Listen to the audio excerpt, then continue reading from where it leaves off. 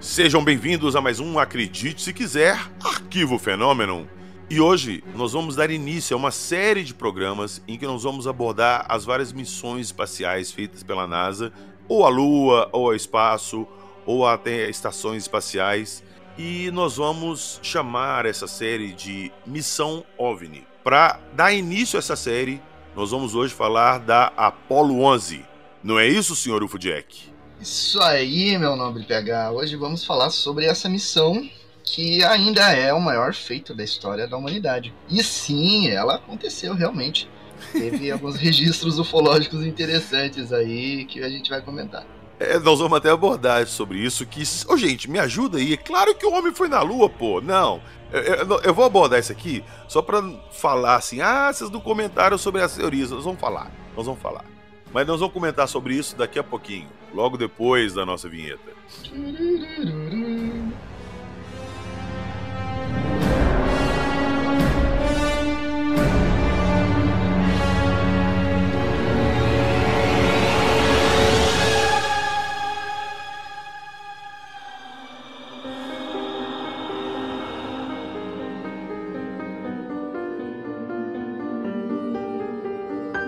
Corrida espacial, avistamentos inexplicáveis, Projeto Apollo, Módulo Lunar, Papai Noel.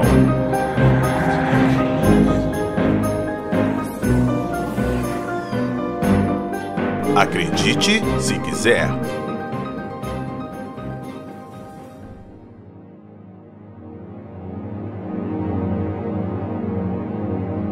It's one small step for man, one giant leap for mankind.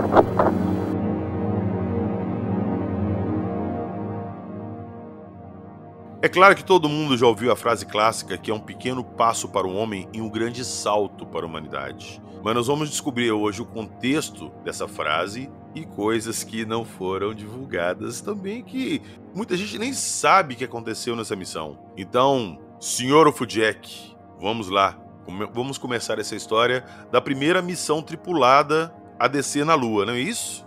Isso aí, PH. Mas olha, você falou ali um pouquinho, aliás eu comentei também um pouquinho sobre essas ideias de que o homem não foi para a Lua, essa polêmica toda que existe aí, ela surge como fruto do desconhecimento, né? As pessoas que negam, elas começam a falar, os astronautas foram de primeira lá e pousaram, então é fraude. Então já podemos começar falando que a Apollo 11 ela é resultado de uma série de passos, né? Então ela começou com o projeto Mercury, lá onde um astronauta ia ao espaço por missão. Então ali deu conhecimento para a NASA enviar astronautas ao espaço. E ali também desenvolveu tecnologia e tudo. Depois veio o programa Gemini. O programa Apollo ele foi lançado em 1961. E aí as missões aconteceram a partir de 67, 68, né? Nesse intervalo de tempo ocorreu o programa Gemini, que funcionou, mandou astronautas ao espaço em 65 e 66, 3 a 4 anos antes das missões Apollo. E aí o programa Gemini ele deu conhecimentos de navegação, equipamentos, tecnologias e uma série de bases ali que eles foram usando para construir o programa Apollo. E nesse meio tempo, enquanto estava acontecendo as missões Apollo, a NASA e os soviéticos mandaram um monte de sonda para a Lua, para mapear a Lua, né? As primeiras missões tinham o objetivo de passar perto da Lua. A partir do momento que eles adquiriram conhecimento de passar perto da Lua, eles colocaram um objetivo maior. A sonda deveria orbitar a Lua. A partir do momento que eles conseguiram orbitar a Lua, eles colocaram outros objetivos. Por exemplo, a sonda deveria se chocar contra a superfície da Lua, né? E enquanto as sondas orbitavam, elas começaram a mapear a Lua, fotografar toda a superfície. E aí, quando as sondas começaram a se acidentar na Lua, de propósito, eles começaram a perceber qual era o grau de resistência da superfície, para ver se ali poderia pousar uma nave, né? E aí, quando eles começaram a acertar os alvos na Lua, com as sondas, eles começaram a colocar as sondas para pousar na Lua. E aí também adquiriram outros conhecimentos de pouso, a velocidade necessária para pousar e tudo. E depois disso, o objetivo final era decolar da Lua. Então teve sondas que decolaram da Lua para testar que velocidade que deveria ter lá para decolar, para voltar para casa depois, né? Então foi uma série de passos ali. E aí, as primeiras missões do programa Apollo, por exemplo, a Apollo 7, ela tinha por objetivo testar um módulo de comando. Então, as naves Apollo tinham um módulo de comando e um módulo lunar. O módulo de comando era onde os astronautas ficavam a maior parte do tempo, ia para a Lua, voltava e tudo. E o módulo lunar era o que deveria pousar. Então, a Apollo 7 testou um módulo de comando na órbita, e ali teve vários registros ufológicos, né? Foi os primeiros registros ufológicos do programa Apollo, e inclusive nas investigações que eu fiz, eu encontrei documentos oficiais da NASA com transcrições de comunicações, né? E aí a gente vai falar no outro programa mais detalhadamente sobre essa missão. Ô Jackson, eu achei fantástico isso aí que você explicou, porque eu mesmo que gosto desse assunto, eu não sabia dessa preparativa toda de mandar a sonda colidir, depois fazer a sonda decolar. Cara, isso aí pra mim agora faz todo sentido, claro que faz, porque é o caminho óbvio, mas é que eu nunca tinha pensado nisso. Então é muito legal você explicar esse processo, porque muita gente acha que, vão pra Lua, vão entrar no foguete e foram. Pois é isso que as pessoas pensam, né? Que foi só uma missão de primeira, assim, vamos pra Lua. Foi, pousou e voltou. E muita gente acha que foi só a Apollo 11. Mas não, aí já tem a Apollo 7, né, que fez essa missão de teste na órbita da Terra. Teve a Apollo 8 que fez esse mesmo teste, mas na órbita da Lua. Então eles testaram toda a navegação até a Lua e o retorno. Depois teve a Apollo 9, que testou o módulo lunar na órbita da Terra. E aí a Apollo 10, que testou na órbita da Lua. Inclusive deram um voo rasante, 15 km acima da superfície. Então com a Apollo 10... estava tudo pronto para que tentassem o pouso com o Apollo 11, né? Então foi um grande preparativo mesmo, foi muita gente envolvida, 200 a 300 mil pessoas envolvidas, e o treinamento dos astronautas. Tem um canalzinho Forreca no YouTube, que eu não vou falar o nome, mas quem me acompanha sabe do qual que se trata. Ele lança vídeos para desacreditar a ida dos astronautas à Lua. E aí ele coloca um vídeo lá e fala, olha, os astronautas, depois que foram para a Lua, todo mundo cabisbaixo aqui, né? Nem parece que entraram para a história, sendo os primeiros aí para a Lua. Então ele faz umas alegações meio ridículas assim, sem fundamento, né? Aí você vai ver o treinamento dos astronautas, e os caras, eles começaram a treinar para a missão em 1966. Aliás, antes disso eles já estavam meio que em treinamento ali para isso. Mas em 1966 já era oficial para a missão Apollo, para pousar na Lua. E aí os caras iam para casa mais ou menos 3 vezes ao ano. O resto do tempo eles ficavam no treinamento, cara. Eles não podiam estar lá no aniversário da mãe, da esposa, dos filhos, porque eles tinham que estar lá treinando, né? E no treinamento exaustivo. Cara, e você imagina a cabeça do astronauta desse, que ele tem uma missão, preparativo esse tempo todo, e de repente ele pode nem voltar. Essa era a mentalidade. Eles sabiam que poderiam morrer na missão, né? E a família também sabia disso. O Buzz Aldrin, o casamento dele acabou por causa das missões espaciais. Ele amava a esposa dele, mas ele perdeu por causa do treinamento da missão Apollo. Aí eles foram pra Lua, e aí eles pensaram, agora eu vou poder curtir minha família, né? A missão já aconteceu, posso voltar pra minha família. Que nada, foram trancados lá na quarentena, em um container, com medo de que contaminassem todo o planeta. Aí depois que eles viram que não ia contaminar ninguém, agora eu vou pra casa, né? Que nada, aí tiveram que viajar por todos os Estados Unidos dando palestras sobre a missão. E aí, dando entrevistas e tudo, era uma agenda muito cheia. E não parou aí, né? Aí os astronautas embarcaram numa turnê mundial dando palestras em vários países, inclusive aqui no Brasil. E aí eles, achando que iriam para a família, né, tiveram que cumprir essa agenda intensa aí de compromissos internacionais. E aí, então, obviamente, eles iriam ficar bem cabisbaixos, né? Lembrando a família em qualquer situação, né? E ficar bem aborrecidos com isso tudo.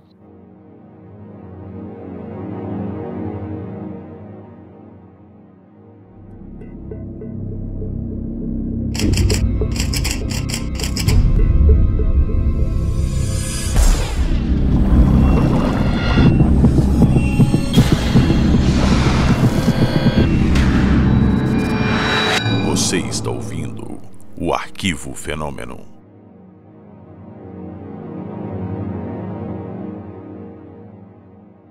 Então vamos ver como é que foi essa missão, né, da Apollo 11, como é que tudo isso aconteceu. Bom, o lançamento da missão, os astronautas em si foram ao espaço no dia 16 de julho de 1969, bem na parte da manhã ali, quando aconteceu o lançamento. E ali havia milhares de repórteres documentando isso, inclusive repórteres soviéticos lá no Centro Espacial Kennedy, transmitindo ao vivo o lançamento. A Globo mandou o repórter lá, Hilton Gomes e tudo, e ele fez uma cobertura muito intensa, né, de todo o lançamento e tudo. E para vocês terem uma ideia, o lançamento da Apollo 11, das missões Apollo, qualquer foguete Apollo, ele chegava a consumir 13.600 quilos de combustível por segundo. Por segundo? Por segundo. Eles acionavam o foguete e segundos depois ele já tinha rompido a barreira do som. E ele entrava em órbita cerca de 10 a 12 minutos depois do lançamento. Então era muito rápido. É muito rápido. E aí, quando eles entram em órbita, é comum os astronautas terem alguns minutos de descanso ali, porque a rotina de lançamento é muito intensa. Eles acordam, fazem a higiene pessoal, se alimentam e vão para o foguete. E lá eles ficam umas 2, 3 horas até o horário do lançamento, já na posição de lançamento, né? Então eles ficam lá, toda aquela tensão, checando equipamento, testando as coisas. E daí ocorre o lançamento, que é muita tensão, e aí eles chegam no espaço. E quando alguém vai para o espaço, a primeira coisa que quer fazer é olhar para a Terra, né? Olhar lá de cima e tudo. E daí tem a ausência de gravidade, então existe um período de adaptação ali. Eles precisam se adaptar. Então a NASA sempre dá esse descanso para eles ali de 1 a 2 horas após o lançamento. E aí então, cerca de 2 a 3 horas depois que eles chegaram no espaço, é feita uma manobra chamada manobra de injeção translunar, em que eles posicionam a cápsula e com a rotação da Terra, a cápsula vai chegar num ponto específico em que ela aciona os motores e isso joga elas na direção da Lua. E aí, nesse momento da trajetória de injeção translunar, ocorre uma manobra em que o módulo de comando desacopla do foguete, que lançou eles ao espaço, e aí ela tira o módulo lunar que está dentro de um adaptador. Então é feita toda uma manobra de encaixe ali, e eles puxam, e aquele adaptador, que é parte do foguete, ele é jogado no espaço. E aí, essa manobra sempre é documentada. Eles filmam e fotografam todo esse processo. E aí, então, eles seguem viagem até a Lua. E foi nesse momento em que eles começaram essa trajetória para a Lua que fizeram 2 registros fotográficos lá na Apollo 11. Uma das fotos é aquela foto famosa que você vê o planeta e você vê uma manchinha próximo do planeta ali, né? Próximo entre aspas, né? É só visualmente, né? Você só olha e parece que está perto, mas na verdade está muito longe do planeta.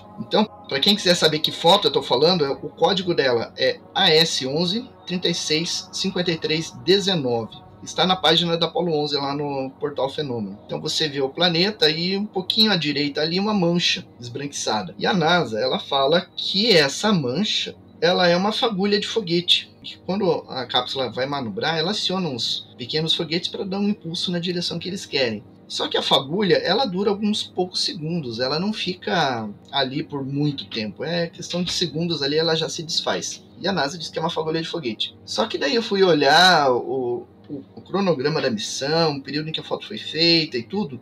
Essa foto, ela foi feita bem depois dessa manobra. Então não poderia ter nenhuma fagulha no espaço ali que fosse registrado pelos astronautas, né? E aí olha que interessante pegar. Eu pesquisei uma vez em um site científico que faz estudos lunares e lá tinha todo o acervo de fotos do programa Apollo e tinha essa foto lá com o OVNI. E aí eu publiquei um artigo na revista UFO lá em 2005 e eu postei essa foto, né, divulguei essa foto e tudo. E aí agora em 2017, quando eu quis refazer a pesquisa, eu fui lá para pegar essa foto de novo e esse OVNI estava apagado. Ele foi censurado nessas fotos, nesse site. Eles apagaram ele da foto? Apagaram da foto. E a censura ela foi feita logo depois da publicação da reportagem lá na UFO. E aí você amplia o trecho onde o OVNI estava e, cara, é uma adulteração tão amadora. Só colocaram uma mancha preta ali. Não, mas olha só, desculpa te interromper. Parte do meu princípio de raciocínio. Se é uma fagulha, se não é nada, deixa lá. É, não tem pra que censurar, né? Exato. Agora, se foi removido, meu amigo, é porque alguma coisa estava ali que não deveria ter sido vista. Só Pois isso. Pois é. Curioso, né? Boa. E aí, então, eles continuaram a missão. Tem uma entrevista que o Buzz Aldrin deu, aliás, 2 entrevistas, e ele fala que daí nessa viagem de ida para a Lua, eles perceberam que estavam sendo seguidos por um objeto em forma de L. Inclusive lá no canal Fenômeno e lá no portal Fenômeno tem essas gravações. E aí o Buzz Aldrin falando que eles viram aquela luz e tudo e discutiram entre eles o que era e entraram em contato com o centro de controle da missão, questionando sobre aquela luz. E aí, com base nessas informações, eu fui nos documentos da Apollo 11, nas transcrições de comunicações, para ver se tinha mesmo um registro. E dito e feito, estava lá o registro dos astronautas questionando o centro de controle sobre aonde estaria esse adaptador. Né, aquele adaptador que eu falei que foi abandonado no espaço, eles estavam achando que era o adaptador. Só que esse adaptador estava a 12 mil quilômetros de distância. 12 mil quilômetros de distância é como de São Paulo a Paris, mais ou menos essa distância. Agora, imagine, será que de São Paulo você conseguiria ver um ônibus lá em Paris? Não tem como. Não, se né? não tivesse, se fosse uma linha de visão sem obstáculos, você jamais conseguiria ver, né? E eles achavam que era isso. E daí o centro de controle falou que era esses 12 mil quilômetros de distância. Então não tem como ser, né? E aí, essas transcrições é bem interessante, porque tudo que os astronautas falam a bordo da nave é gravado em fita. Então eles só tinham que trocar a fita cada vez que ela enchia, então gravavam e depois da missão eles transcreviam. Né? Então são 3 documentos que existem. Você tem a comunicação interna entre os astronautas na cápsula, você tem a gravação que é feita em Houston, lá com os técnicos e os astronautas, o que eles conversam, e tem uma outra que é com comentários, que é aquela que é transmitida para a TV, por exemplo. E aí você vê nos documentos que tem esse trecho, só que nas comunicações de bordo, onde os astronautas supostamente discutiriam, tá faltando ali um trecho de 18 minutos. Ó, ó o corte de novo. Foi um corte, mas ali o meu palpite é que os astronautas desligaram a fita de propósito, para não gravar a conversa deles discutindo a presença desse objeto. Mas eles desligaram por vontade própria ou será que eles foram instruídos a desligar e não registrar? Por vontade própria, porque eles discutiram, depois o Buzz estava falando nas entrevistas, que eles discutiram entre eles se eles iriam comunicar a NASA sobre isso ou não. E aí eles resolveram comunicar depois. Então o medo deles era passar por loucos, alguma coisa assim, boatos circulando sobre eles não queriam estar envolvidos com esse tipo de papo naquela época. Ô Jackson, deixa eu só abrir um pequeno parênteses aqui para te perguntar uma curiosidade que eu sempre tive. Fala-se que a NASA adotou um codinome para OVNI durante as transmissões, e eles se referem a OVNI assim como Papai Noel. E tem muita transmissão da NASA assim com os astronautas que eles falam assim, Papai Noel está passando. Isso é real? Isso é real. Papai Noel, Duende, Bog, Fogo, tudo isso são termos que eles usam nessas missões, né, para se referir a objetos não identificados no espaço.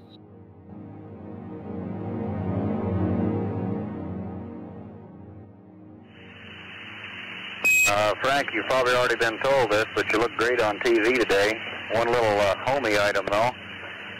In the El Lago area, you were upstaged by Santa Claus. He came around on the fire engine just about the time you guys came on, so most of the little critters were all outside.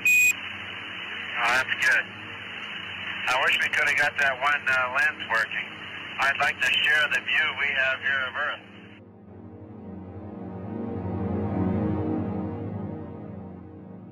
E aí, então, os astronautas foram seguindo a Lua e quando chegaram na Lua, ocorre uma manobra para que eles entrem na órbita da Lua. Então eles desaceleram a nave e entram na órbita lunar. Aí tem um fenômeno interessante que também não é muito comentado. Conforme os astronautas, a cápsula vai se afastando da Terra, ela vai perdendo velocidade. Ela vai perdendo a velocidade, então ela começa essa viagem em torno de 40 mil km por hora. Chega a um ponto que ela está ali aproximadamente a 13 mil km por hora, porque ela vai desacelerando. Mesma coisa quando a gente joga alguma coisa para o alto e aquilo vai perdendo a velocidade até que ele volta. Então o negócio da cápsula é a mesma coisa, ela vai perdendo a velocidade. Só que ela chega num ponto onde existe um equilíbrio gravitacional, onde a gravidade da Terra deixa de ser dominante e o que se torna dominante é a gravidade da Lua. Então, a partir do momento que eles passam desse ponto de equilíbrio, a velocidade começa a aumentar. Então ela foi aumentando até chegar a uns 13 mil km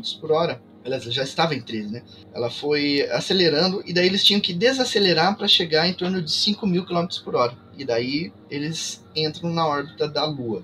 E aí tem os detalhes da missão, que são interessantes de de comentar, durante essa viagem até a Lua, eles fizeram algumas transmissões só para mostrar a rotina de bordo, né? Transmissões que eram transmitidas ao vivo para a TV. E aí os controladores da missão também passavam informações da Terra, né? E aí eles passaram assim dos astronautas, falando que o entusiasmo da missão era grande e o planeta inteiro estava acompanhando e tal, mas havia uma notícia que tinha tirado o sono dos Estados Unidos, né? Daí eles perguntaram, que notícia era essa? E aí o controlador de voo lá falou, o governo aprovou a sobretaxa do imposto de renda, vai aumentar as taxas aqui para todo mundo. E aí o Collins respondeu, aqui em cima não, cara, corta essa. Eles começaram a brincar, assim, né, durante a missão, com esses detalhezinhos, assim. E teve outros momentos também que foram, assim, interessantes, assim, e eu acredito até que emocionantes, né. Acho que se alguém aí acompanhou os pousos se alguém acompanhou o pouso da Apollo 11 vai lembrar desses detalhes. Porque quando eles realizaram o pouso, teve um momento que a comunicação foi meio que ficou em silêncio, né? Os astronautas não falavam nada, porque era exatamente o momento do pouso, podia acontecer um acidente, podia haver algum problema, então era o ponto alto do programa Apollo. Era a missão lançada lá em 1961, o objetivo, que estava acontecendo naquele momento lá, com todo aquele trabalho que eles tiveram para que isso acontecesse. E aí o Neil Armstrong, ele falou que ele deu a informação, né, transmitiu a mensagem, mais ou menos assim, Houston, aqui base tranquilidade, a águia pousou, ou seja, um módulo lunar pousou na Lua. E aí o controlador de voo, ele respondeu assim, ok, entendido, tem um monte de gente roxa por aqui, mas já estamos respirando de novo. Muito obrigado, porque todo mundo tava assim naquela tensão que nem respirava direito. Né? Imagina, deve ter sido emocionante. Putz, cara, imagina. Né? E outra coisa, rapidinho. A transmissão da comunicação, ela não era em tempo real, né? Ela tinha um delay. Um delay bem curto, na verdade. Né? Era questão de enviar da Lua, vir para a Terra e retransmitir pro resto do planeta. Das transmissões da NASA, a transmissão televisiva também? Sim. Eu ouvi dizer que tinha um delay maior da transmissão de televisão, não?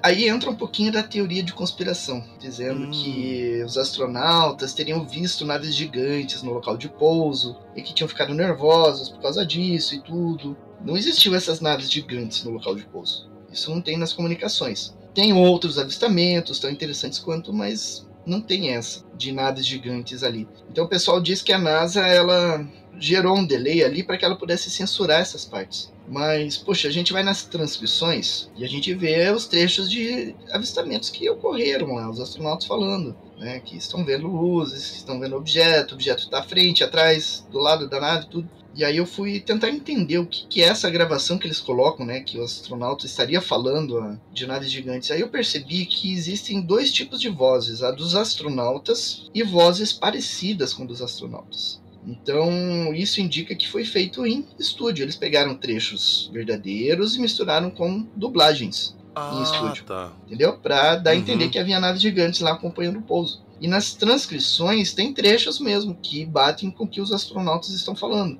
de recortes, né? Então, pegaram um trecho aqui, outro ali e fizeram a gravação misturando com as dublagens. E aí, tem alguns aspectos interessantes.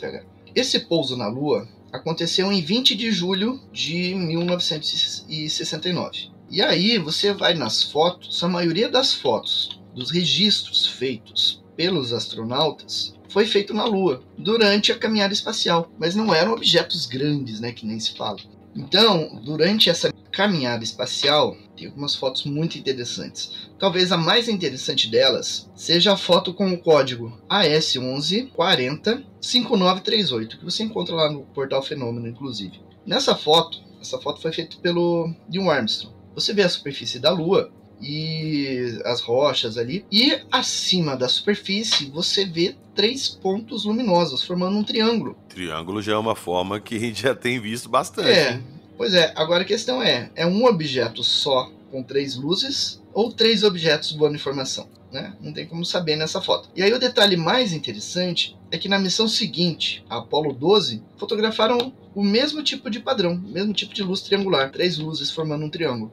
Isso está nas fotos oficiais da NASA? No acervo oficial da NASA. Inclusive, lá no portal Fenômeno, você tem um link para acessar essas fotos em altíssima resolução, lá em um site científico chamado Tutemon. Aí tem uma outra foto. Lembra daquela foto em que tem um astronauta de frente pro câmera? Uhum. Uma foto famosa. É que pega até o reflexo no visor dele. Tem um pontinho luminoso na parte superior ali. E a NASA nunca comentou o que era esse pontinho luminoso, né? Mas tá ali. Na foto em altíssima resolução você vê aquela luz, aquela luz refletida, né, no capacete do Buzz Aldrin. Tem uma outra foto do Buzz Aldrin que ele tá na escada do módulo lunar. E no fundo tem também um objeto luminoso, um objeto esverdeado. Também uma foto bastante interessante. Agora, eu vou só eliminar essa possibilidade, porque eu não sou tão entendido assim. Mas isso aí não poderia ser uma estrela, alguma coisa assim, um outro corpo celeste, nada não? Não, nesse caso não. Porque a gente olha as fotos lunares e elas nunca aparecem estrelas no céu. E isso tem uma razão, porque na Lua nós não temos atmosfera. Então a luz bate com incidência total na superfície. Aqui na Terra, por exemplo, tem a atmosfera, ela dispersa a luz, ela reflete uma parte para fora da Terra. Então, se de repente tirasse a atmosfera que tem envolvendo o planeta, a luz seria muito mais intensa. Então, na Lua, como não tem atmosfera, a luz é muito mais intensa lá na superfície da Lua. E aí tem os agravantes. Tem a luz bate na superfície e também é refletida para cima, né? Aumentando ainda mais a intensidade luminosa. E aí a NASA, sabendo disso, sabendo que haveria muita intensidade luminosa, elas diminuíram o tempo de abertura do diafragma para captar a luz na superfície da Lua. Então, isso também reduz a quantidade de luz que era captada pelas câmeras. E também havia filtros na lente da câmera para diminuir essa intensidade. Então, qualquer objeto pequeno, como uma estrela, não iria ser captado, né? E também o tipo de lente, eles usaram lentes grande angular para captar mais o terreno, e esse tipo de lente costuma diminuir os objetos ao fundo. Então, por isso que você vê fotos feitas na Lua, a Terra parece pequena, porque a Terra está ao fundo da imagem, ela é diminuída nesse tipo de lente grande angular. Não, entendi. E já vou aproveitar então para deixar uma outra pergunta que pode ser também, e se não fosse, já elimina. A gente tá falando dessa época e tinha corrida espacial. Tinha outros países também tentando chegar no espaço antes dos Estados Unidos. De repente isso aí não poderia ser alguma coisa de um outro país, sei lá, de uma União Soviética da vida? Ou não? Quando aconteceu o Apollo 11, havia uma sonda da Rússia, da União Soviética, que também iria pousar na Lua. Só que essa sonda ela ia para um lugar bem distante, né? Ela não iria pousar ali onde os astronautas iriam pousar, né? Era milhares de quilômetros em outra direção. Não teria como captar, porque além da sonda ser um objeto pequeno, ela estaria a uma distância de 6.000, 7.000 quilômetros de distância. É como você tentar ver um carro, você estando em São Paulo, você tentar ver um carro lá em Brasília, por exemplo. Avistar olho no... Seria muito pequeno. A distância não iria permitir, né, que você visse aquele objeto. E outra, eram poucos objetos que havia em órbita da Lua naquela época. Não haveria como você registrar com frequência esses objetos, né? Você teria que ter uma sorte muito grande, estar no local exato, na hora exata, para registrar a passagem de um objeto desses, né? E na própria comunicação também iria aparecer, né, os astronautas falando, olha, estou vendo a sonda soviética passando por aqui. E você não tem nada, não tem nenhum comentário desse tipo. Agora, uma coisa que é bem óbvia, né, que se realmente existem outras raças visitando a gente, monitorando a gente, vendo o que a gente faz aqui, eles não iam perder o momento que a gente está indo para o espaço pela primeira vez de perto, né? Então eu acho que faz todo sentido eles estarem ali observando, passando por perto. Sim, é um fato histórico, né? Eles iriam acompanhar, né? Porque a gente observa na casuística ufológica o interesse deles na nossa tecnologia e em eventos históricos. Você vê, quando existe uma guerra, eles estão lá observando. Quando existe uma catástrofe ambiental, eles estão lá observando. Quando teve o 11 de setembro, eles estavam lá observando. Então, seria muito certo que eles estivessem lá, né? Certamente eles estariam observando uma missão desse porte. Pois é, com certeza. Uma grande caminhada, né, da humanidade, então iria ter esse tipo de interesse.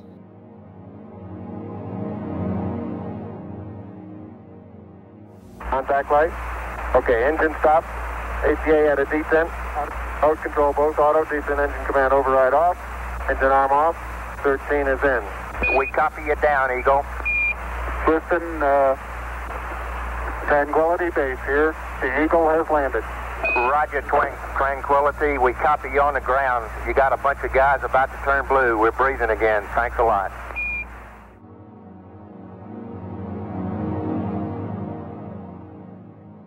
Eu vou aproveitar o momento aqui para tirar uma outra dúvida com você que eu tenho.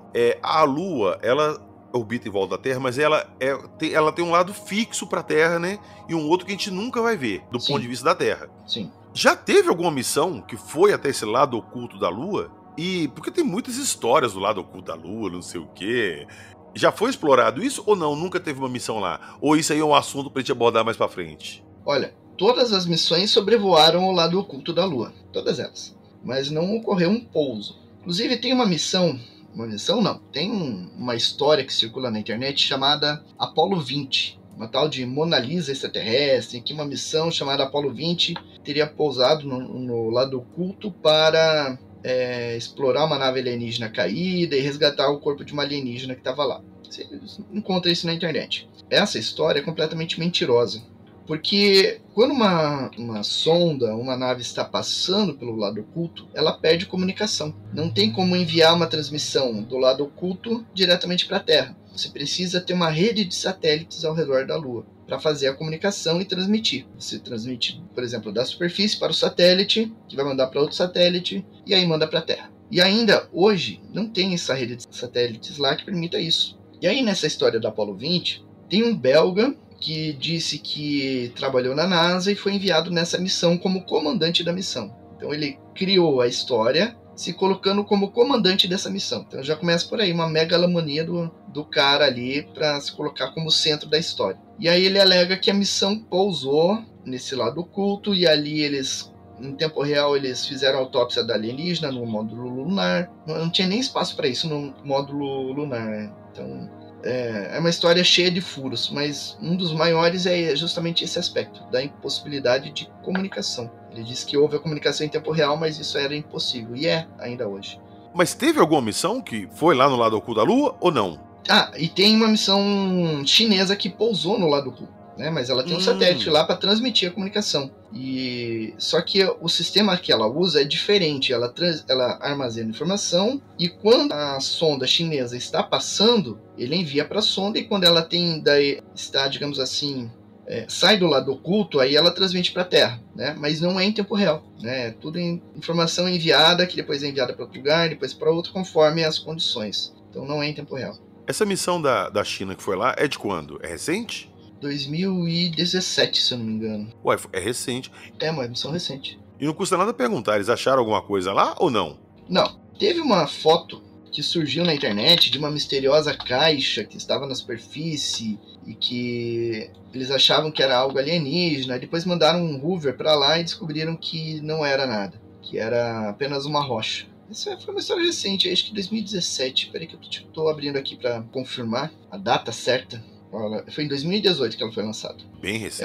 Ela aterrissou em 2019. Ela foi lançada em 2018 e aterrissou em 2019. Então é uma missão muito recente e ainda é uma tecnologia com limitações, né? Mas no futuro é possível que essa área seja bem estudada e explorada, né? Agora vamos lá, aproveitar que eu já abri a porteira das teorias conspiratórias. Mais uma. Fala-se que... Eu sei da resposta disso aí, eu vou até colocar aqui assim que eu colocar a teoria, mas fala-se que o homem não voltou mais a fazer missões na Lua porque encontrou alguma raça lá, alguma coisa, e eles preferiram evitar esse contato, que eles eram hostis e tal, e por isso que eles não fazem mais missões na Lua. Até onde eu sei, eles pararam com as missões na Lua porque não tinha mais nada para se fazer na Lua. Era gasto inútil de dinheiro. Confere isso? Pois é, tem vários poréns nessa história, né? Eles avistaram, sim, OVNIs na região, mas isso não foi, assim, o motivo para que as missões não acontecessem mais. Quando eles lançaram o programa Apollo, eles colocaram para o programa Apollo 170 bilhões de dólares, só para o programa Apollo. Daí a NASA tinha recursos adicionais para folha de pagamento, para as missões de sondas, as missões Gemini, infraestrutura. Acobertamento. Tudo isso. E a NASA então tinha muita grana. Então mandaram lá o programa Apollo, fizeram o programa Apollo, fizeram Apollo 7, Apollo 8, Apollo 9, Apollo 10, fizeram Apollo 11, foi um sucesso. Quando aconteceu o Apollo 11, já começou pressão para diminuir o orçamento. Daí veio o Apollo 12, veio o Apollo 13, que aconteceu aquele acidente todo, e aí diminuíram ainda mais o orçamento. E nos meses seguintes foram diminuindo. Quando chegou Apollo 15, 16, por aí, eles já viram que não seria possível continuar mandando astronautas para a Lua. Porque quando eles lançaram o programa, havia necessidade moral, por causa de tragédias que tinham acontecido, assassinatos, guerra do Vietnã, todas aquelas coisas. Então havia necessidade moral, necessidade estratégica, necessidade militar, necessidade científica. E aí, depois que eles conseguiram tudo isso, as necessidades foram atendidas. Ficou apenas o interesse científico, mas isso não era suficiente para garantir o orçamento. Então aí eles acabaram cortando. Quando chegou o Apollo 17, a NASA viu que não conseguiria manter mais missões e cancelou o programa. Então foi pura questão financeira. O motivo é bem mais mundano do que a gente imagina. Pois é, e aí a NASA ficava lá com 12, 13 bilhões de dólares, bem diferente dos 170 bilhões que ela tinha. Então resolveu explorar de outras formas. Pois mais para frente mandou sondas. E aí o pessoal questiona, né, que a tecnologia atual e não manda astronautas para a Lua. Atualmente, o programa Apollo iria custar perto de $1 trilhão. $1 trilhão. Para acontecer do jeito que aconteceu naquela época, né? Seria necessário $1 trilhão. Só que daí você tem a sonda, você constrói uma sonda ali e manda, você gasta $1 bilhão naquilo, né? Então, olha a diferença. Ao invés de gastar $1 trilhão para mandar astronautas ficar lá na Lua 2, 3 dias fazendo alguns experimentos, arriscando a vida, melhor mandar uma sonda que vai ficar anos fazendo experimento lá, sem arriscar a vida de ninguém, custando muito mais barato, né? Então, por isso que não ocorrem mais missões assim, né? Não ocorreram mais. E mais uma, isso não é nem dúvida, é uma curiosidade. Falam que na época que a missão Apollo 11 foi à Lua, os computadores tinham processamento de uma calculadora e os cálculos eram todos feitos na mão, né? A maioria deles eram feitos na mão. A maioria dos astronautas que foram para a Lua eram engenheiros formados, com grande capacidade de cálculo. Então eles conseguiriam fazer os cálculos de navegação tudo com lápis, papel e cabeça. Caramba, velho, imagina! Pois é, o Jim Lovell, na Apollo 8, ele fez uma cagada durante a missão, ele acabou apagando os dados da calculadora lá do computador de bordo, e ele teve que refazer tudo na mão.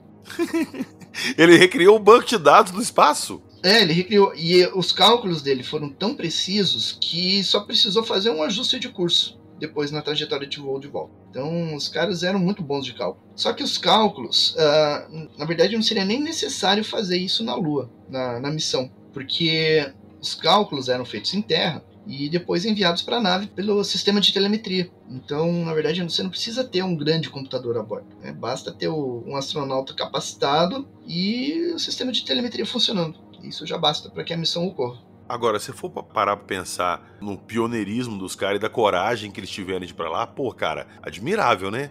Por isso que eu aplaudo o Buzz Aldrin, que meteu um soco num cara lá que ficou assediando eles por semanas para que ele jurasse com a mão sobre a Bíblia, né? Que teriam ido à Lua, né? E ele se recusou a fazer isso. Que, poxa, todos os astronautas, eles eram cristãos, eram religiosos. E aí o cara, um pastor fanático, terraplanista, ficou lá assediando eles por muitas semanas. O cara era tão inconveniente que ele chegava na casa dos astronautas sem ser convidado. E lá nos Estados Unidos isso é meio chato. Se intrometia em eventos familiares, em eventos profissionais. E ficava cobrando eles. Jura que você foi pra Lua. Coloque a mão aqui sobre a Bíblia e faça o juramento. O cara não respeitava de forma nenhuma os astronautas. E ia na TV e falava, aqueles velhos mentirosos. São mentirosos. Inclusive ele acusou o Buzz Aldrin de ser ladrão do dinheiro público. Ganha o dinheiro do contribuinte sustentando uma mentira. Pra quê? Buzz Aldrin fechou a mão e sentou murro na cara do cidadão. Teria batido também. Eu teria dado mais uns 2 ou 3 pra garantir. Agora, pô, cara, tirando eu não teria coragem, sacou? Se me oferecessem a proposta. Você quer fazer uma viagem espacial? Não quero. Eu admiro muito a coragem deles. Agora, deve ser uma coisa fantástica você tá pisando em um outro planeta, olhando a Terra de um outro planeta. Cara, isso deve ser uma coisa assim, saca? É só quem faça mesmo que pode mensurar o que é isso. Todos os astronautas que pisaram na Lua tiveram transformações, né? Profundas transformações espirituais, digamos, né? Cara, é claro que te faz pensar. Você tá ali em pé num outro planeta olhando onde tudo que você conhece está. E pra trás de você tem bilhões de outros. Cara. Imagina, então é fantástico. Aí tem um fato interessante que o Michael Collins, quando ele estava sozinho na órbita, que ele ficou na órbita enquanto os outros dois desceram lá para a superfície da Lua. Então ele ficou sozinho por 18 horas orbitando a Lua. E em dado momento, ele passava no lado oculto da Lua, né? Então ele não tinha comunicação com a Terra. Sozinho na nave, no lado oculto da Lua. Então imagine, ele ficava lá 40 minutos lá, Caramba. né, sem comunicação com a Terra. Isso deve ter sido bem interessante. E ele teve avistamento. Enquanto os astronautas estavam caminhando lá, ele viu alguma coisa branca, um objeto branco na superfície. E aí ele informou o centro de controle. Ele comentou assim, ele chamou o centro de controle respondeu e ele falou, entendido, nem sinal do módulo lunar até agora. Eu vi um pequeno e suspeito objeto branco, cujas coordenadas são, daí houve um chiado lá, o centro de controle não ouviu a coordenada, e aí o centro de controle pediu de novo as coordenadas, e aí ele falou, fácil, 037.6, indicando o local onde estava esse objeto. E aí ele falou que estava na extremidade sudoeste de uma cratera. E aí eles tentaram ver com o pessoal lá da superfície, mas eles não haviam visto nenhum objeto. Então, imagine, sozinho no espaço, vendo OVNIs.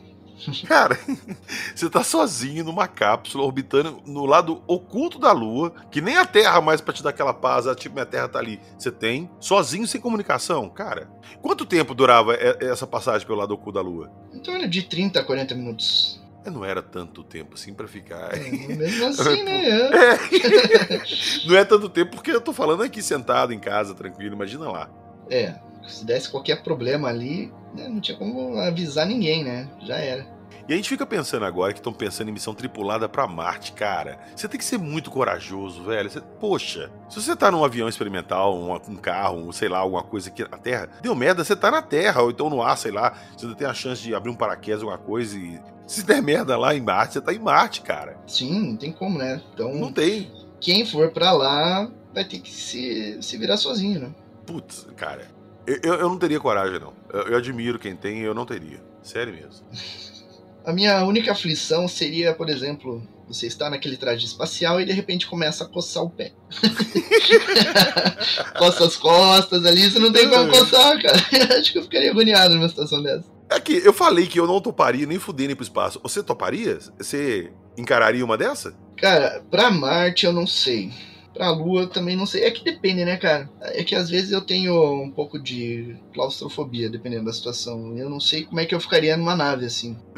Cara, tirando a claustrofobia... Cara, você tá no espaço, cara, não. Velho, às vezes você tá viajando na estrada, seu carro dá uma merda e você se fode, assim, enormemente. No espaço, eu não tenho... Não, cara, não. Eu passo. Pois é. E aí tem esse negócio de turismo espacial agora, né? Às vezes eu penso, assim, abrir um investimento agora para no futuro fazer uma viagem dessa. Só para ir na órbita, olhar de cima e voltar, mas uma viagem rápida, né? Eu gosto muito, eu morro de vontade, mas o meu medo me impede. Ir pra órbita eu acho que eu teria coragem. Eu não gosto nem de avião, já. Com a tecnologia atual. Eu não gosto nem de andar de avião, cara. Cara, eu adoro avião, cara. Pra mim não dá, não. Cara, me dá pânico. Se eu entrar no avião e olhar pra janela lá embaixo e ver o tanto de formiguinhas zanzando lá embaixo, que na verdade são pessoas, quando você consegue ver as formiguinhas, né? Porque você nem vê. Não, cara, me dá pânico. Cara, eu e a minha esposa aqui, quando a gente viaja, a gente compra poltrona separada. Pra todos os dois na janela. É uma disputa. Velho. Não, eu gosto de, quando vai assim, é deitar e dormir, cara. Porque se der alguma merda, você dormindo, você não viu nada, já foi, já era, sacou? Deu certo, você chega, acorda e vai. Então...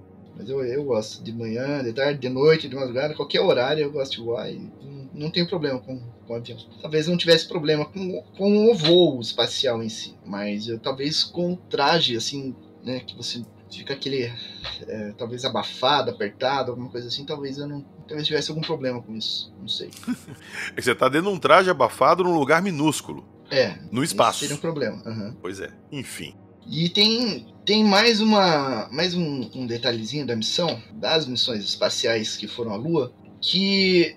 No caso da Apollo 11, pelo menos, quando eles estavam voltando da Lua, tiveram todos os registros, toda aquela experiência de pouso, os astronautas começaram a ver brilhos estranhos dentro da cápsula espacial. Inclusive com olhos fechados. Eles desligavam as luzes da cápsula, colocavam aquele tapa-olho para descansar, né? Fazer o descanso deles, dormir e tudo. E ficava aqueles brilhos estranhos que eles estavam vendo mesmo nessas condições. E aí reportaram para a NASA. Depois deram as entrevistas, o briefing depois da missão e tudo. E a NASA não tinha explicações para essas luzes. Então eles criaram a hipótese de que havia, por exemplo, algum tipo de radiação espacial cósmica que ionizava o ar dentro da cápsula, inclusive dentro do olho dos astronautas, produzindo fótons.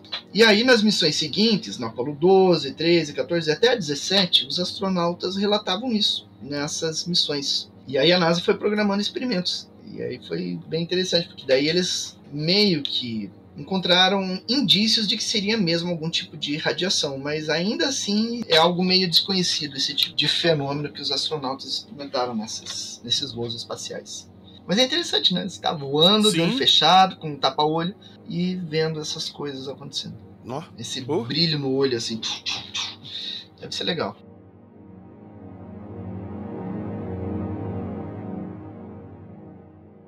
The 25th anniversary of the event, in 1994, Neil Armstrong made a rare public appearance and held back tears as he spoke these brief cryptic remarks before the next generation of taxpayers as they toured the White House. Today we have with us a group of students among America's best. To you we say, we have only completed a beginning. We leave you much that is undone. There are great ideas undiscovered, breakthroughs available to those who can remove one of truth's protective layers.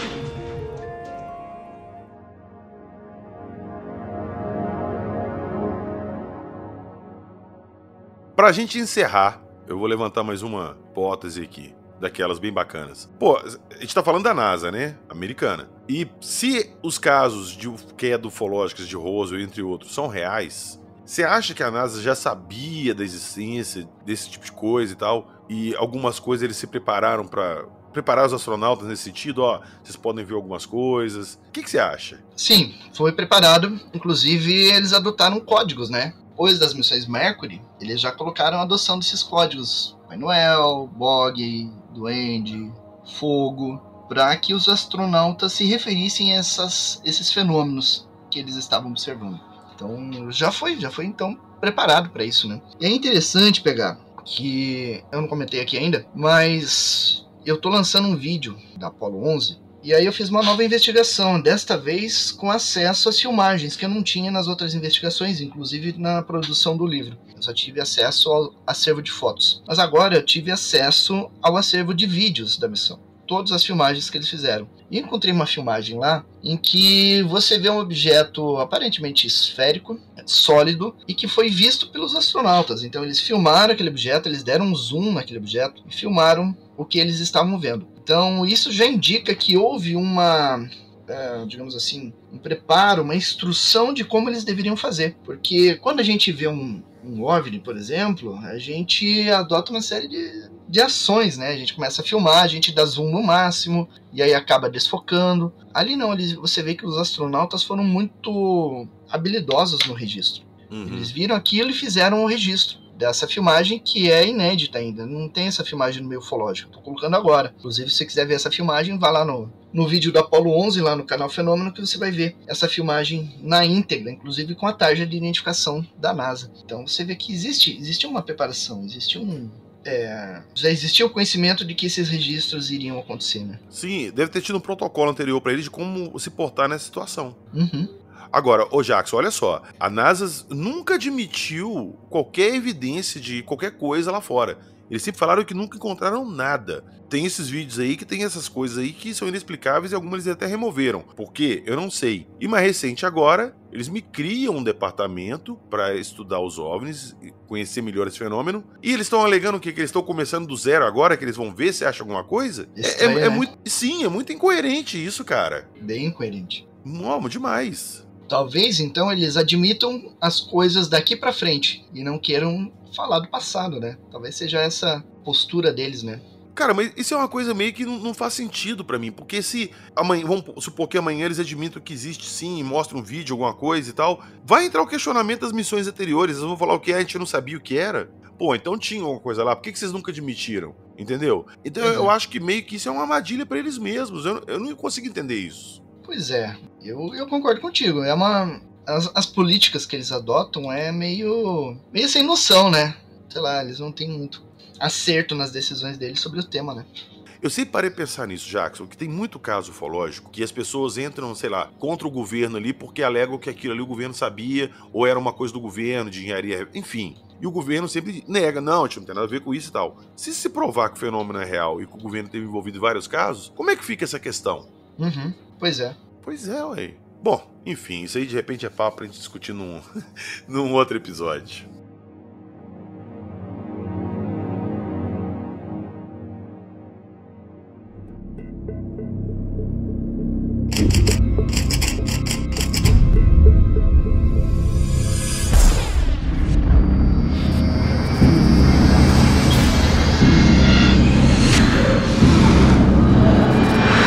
Você está ouvindo o Arquivo Fenômeno.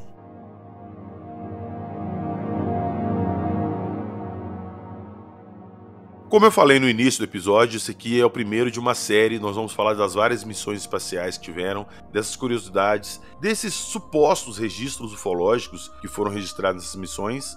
Então, avisa aí se vocês gostaram, se vocês querem ver as outras missões, que a gente vai trazendo aqui devagarzinho. Eles não vão ser sequenciais. Vocês não precisam esperar na próxima semana que nós vamos falar de outra missão. Eventualmente, eles vão aparecendo aqui no programa. Combinado? Mas tem muita coisa, né, Jackson? Tem missão pra caramba pra gente falar. Tem bastante coisa. Muita coisa, muito registro. Apollo 11 não teve tantos registros comparado a outras missões que a gente vai comentar aí pela frente. Aí, tá vendo? Então, material não vai faltar.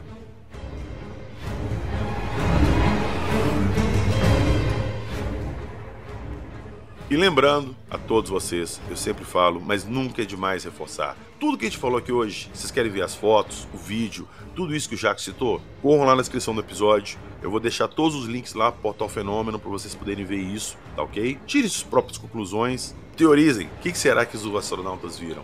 E lá na nossa descrição do episódio também tem o link do nosso Apoia-se. Quem puder entrar lá e dar uma força pra gente, vai ser super bem-vindo lá no nosso grupo do WhatsApp. E lembrando que lá também tem o link do Apoia-se do Portal Fenômeno. Vão lá, vão dar uma força para ajudar a manter esse acervo aí de pesquisa ufológica, que eu já falei várias vezes. Eu duvido que algum outro site brasileiro tenha o volume e a qualidade de material que o Fenômeno tem. Fechou?